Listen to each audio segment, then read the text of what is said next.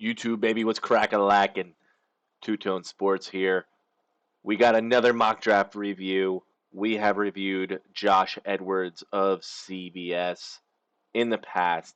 This one is the 2023 NFL mock draft. AFC powerhouses continue to stock offensive talent. Justin Jefferson gets a running mate. This is a good one, baby. Let's get right into this one. As always, this is a natural reaction. Please like, comment, subscribe, hit that bell notification. Showing love is free on YouTube. 98% of you are not subscribed that will watch this video. Please get my journey 500 subs. Any sub counts. And please hit my 2023 goal of 1,500 subs on YouTube. Let's get into this one. Jersey Mike's, baby, shout out. Great subs. Whoa. Whoa. First overall pick, we got a trade. The Bears are going to trade to the Indianapolis Colts to get 6'3", 218-pounder C.J. Stroud. Indianapolis trades up to number 4. Stroud has shown as a complete skill set following the playoff loss to Georgia. He is young and has great size to lead Indy forward with a new head coach. Love this pick. I think it's genius for them to trade up. I think it's going to be necessary for them to trade up unless they want, like, Will Levis. They could even have no shot at QB. If a team trades up, gets, let's say, Stroud at number 1, Texans are going to take a different QB at 2. You could have a trade at 3 for another QB. You could have Levis off the board at 3. Then you're sitting there as the Colts saying, now what? Another veteran QB? I don't think so. Great move. Number 2, Bryce Young, as expected. All right. Houston names DeMeco Ryans as the team's next head coach, and now they have a new leader at QB. The Texans now need to make sure he has the talent around him to be successful. Bryce Young, only question is his size. I think that's going to be their pick. If Young goes first, they go Stroud. If Stroud goes first, they go Young. If Anderson goes first or Carter goes first, they pick who they like the most. Pick number 3, Will Anderson. He's going to be replacing, not chasing, J.J. Watt. It'll be funny to watch him chase J.J., to be honest. 6'4", 243. Arizona has lost Hassan Reddick, Chandler Jones in recent years, and now lost Watt. It goes without saying that they need to find players capable of applying pressure to the QB. Anderson's going to be one of those guys. I like it. Whoa. Bears trade again. I love this. I love this. Panthers take Will Levis, 6'3", 232. Whew. After trading back from number 1, Chicago now trades back from 4 to get a future first round and day 2 picks. Quarterbacks came off the board with the first 2 selections, so Carolina felt the urgency to be aggressive. Head coach Frank Wright will have Will Levis at QB in his first season. Insane. Wow. 5, Jalen Carter. I have this in a couple mock drafts. I like him. 6'3", 300. Seattle should probably aim to take a quarterback this year. Not necessarily. They're bringing back Geno, but it does not have to be so desperate in that it will take... Oh. With a run on the position occurring early, the Seattle Seahawks instead elect to address their interior defensive line with Jalen Carter. I think it's a great pick. I think he's there. You're not getting better value. I love it. Ooh, I like this next pick as well. Anderson's off the board, so this is what you do. 6'6", 275. Tyree Wilson is long, impressive-looking prospect, but still very much a work in progress. Detroit has bigger needs, but are victims of the board. It may lean towards a more explosive talent at edge rush to pair with Hutchinson. Him and Hutchinson together, what a pairing. That would be awesome. Awesome.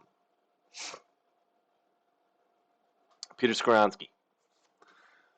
6'4", 315. It is unknown where Skoronski's going to play at the next level. He's going to either be a tackle or a guard. Succeeded at left tackle for Western, traditionally short arms. What is known is that Skoronski should be a great player protecting whomever Las Vegas deems to fit the run to run their offense.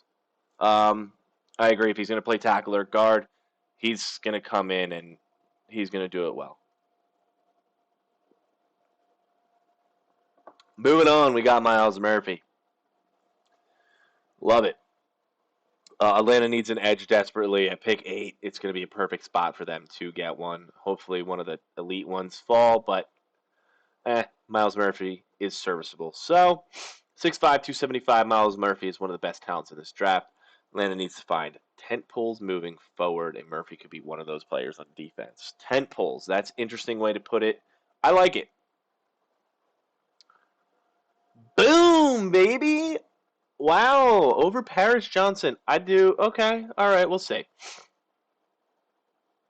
Broderick Jones, 6'4", 310. Broderick Jones is a young but physically gifted offensive tackle. Chicago may have preferred to address the defense, but after trading back twice, the board led the team offensive line.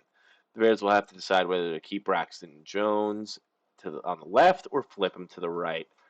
There's nothing wrong with this. Getting a tackle at number 9, you traded twice, you got a shit ton of draft capital. The draft is deep in edge. It's deep in receiver. It's deep in tight end. I think it's a good pick. Get your tackles out of the way. Get Fields. Keep on going for the future. And then now you got a good draft capital. And I think you got all right cap space. Love it. Ooh. Eagles, Cam Smith, 6 foot, 188. Cam had much improved 2022 season and would be a great fit.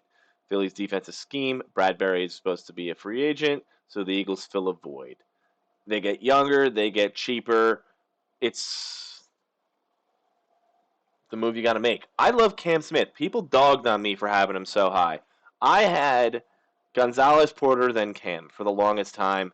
I moved up Devon Witherspoon because I watched him tape. It all depends on the fit of the team. My first two is constantly Porter and Gonzalez, though. So,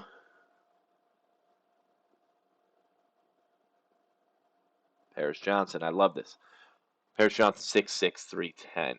Will Tennessee retain left tackle Taylor Lewan? Probably not. Okay? It could potentially need to replace both starting tackles next season, so it's important to get a jump on that early.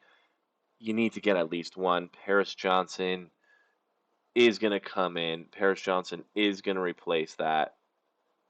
6'6", 310. He's going to be starter immediately. Lewan's done. Hurt way too often. So it is what it is. We got Devon Witherspoon coming up next. Pick 12. I kind of agree with most of these picks so far. I can see this one too, to be honest, actually. Houston used a early first-round pick on Derek Stinling last year, but Devon Witherspoon is arguably the best option available at this stage of the first round. Texans acquire this pick in the Deshaun Watson deal. I get it. You need it.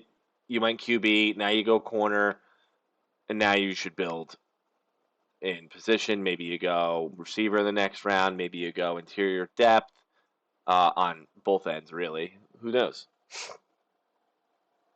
Brian Branch. I like this.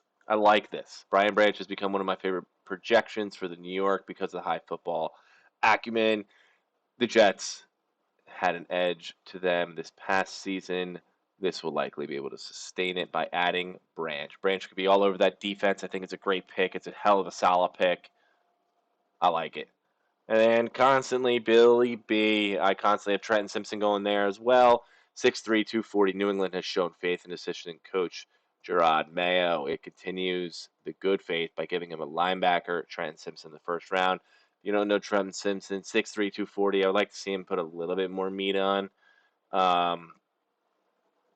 But dude can fly around. I want to see him around 250. That's really where I want to see him. He can play in coverage. He's going to be a coach on the field. Bill Belichick's going to have fun with this kid. Michael Mayer going to the Packers at pick 15, 6'4", 265. Green Bay could take a receiver like Addison here. Instead, it adds players who can impact the run game as well. Michael Mayer is a well-balanced tight end. I think this is a safer pick. I know people say receiver, but they have Watson, they have Lazard, this is just a safer pick. There's a bigger hole in tight end for them than wide receiver, and you could find receivers deeper in drafts, not really tight ends. That's kind of harder to find. And he could block. I love it. Christian Gonzalez to Washington, 6'2", 210. Washington adds a big body corner to the defense that was improved this season. Gonzalez has the size to play man, but also has been exposed to some zone. I like him. He's one of my favorite players in this draft. My top corner, 6'2". Dude runs like a deer. Is lengthy. Love him. He's going to fit very well in Washington. I love this. Drew Sanders, 6'5", 233. Pittsburgh needs an offensive tackle and corner help. I agree. I think that's definitely the biggest need. That's why I'm about this, but it makes sense. Joey Porter makes a lot of sense considering the team needs and is tied to the organization, but it needs to improve play at linebacker. Tandem with Drew Sanders and Watt gives Pittsburgh some flexibility to offer different pre-look snaps. He's similar to TJ. I hate to say it, but get a little heavier. Oof. I like him. Whoa, this is interesting. I like this, though. Detroit did not partake in the early run on QBs, so it remained patient and had an intriguing talent fall to them. Anthony Richardson is as raw as they come, but talent will bring Lions fans out to training camp in droves. I love Richardson. I think he's got a huge, huge ceiling, very, very low floor. But, oh man, you can't take away this kid's athletic ability, and what a team to go to. Joey Porter to Tampa. Tampa has now informed Brady's decision to retire after committing resources the past few years. Time the Bucs be a little conservative, allow their salary cap space to return to a healthy state. In addition, Joey Porter Jr. allows them to move for more flexible. Wow, am I having a stroke? Allows him to be more flexible in the secondary, meaning he could play multiple positions. He could be really all over the field for them. I think this is a great pick. It's going to be a great start to their rebuild, I guess? I don't want to call it a rebuild, but rebuild? I'm not the biggest fan of this one. I don't like Nolan Smith. Seattle added Georgia defensive tackle Carter. I like the pairing. Jalen Carter with the number 5 selection now adds Nolan Smith, his teammate later in the first round. Any hope? Boy Moppy will continue developing, and Smith can provide some juice off the opposite side. I get it. I like it. I like the pairing. Love this next one. Darnell Washington is a big-bodied target for J. Herb, but he is also an effective blocker in the run game, 6'7", 270. That's going to be the biggest thing. They've been having some tackle health issues, and if that's the case, this kid's going to be in every down, and he's pretty much another tackle in the field. Is he going to block as good as a traditional tackle? Probably not, but 6'7", 270. Massive, can run a route, big hands, pretty good after the catch. I like it. Quentin Johnston. Addition to Quentin Johnston gives B Moore some size in the receiver room, a skilled talent group of Mark Andrews, Bateman. Johnson should be above average. I agree with this. He's 6'4", 215, can run like a deer, very good hands. I agree with this. This is a good move. Jordan Addison to Minnesota. What a pairing! Hold up! I know I read that headline, but damn! Addison may seem like a luxury right now, but the plan is for him to eventually take over for Thielen. You're going to have the crazy route runner in Addison. You're going to have crazy Justin Jefferson. You got T-Hawk. You got Dalvin. Oh, man. That's a cool move. That's a cool move. I like that. Bravo. That's cool. Brian Brees, 6'5", 305 to Saxonville. Jacksonville has invested significant resources into the edge rush group and now adds a plug-and-play interior defensive ceiling. The only question is, how high will Brees' ceiling reach? If he's healthy, pretty high. This will complete their D-line, make them pretty nasty and young. Ooh.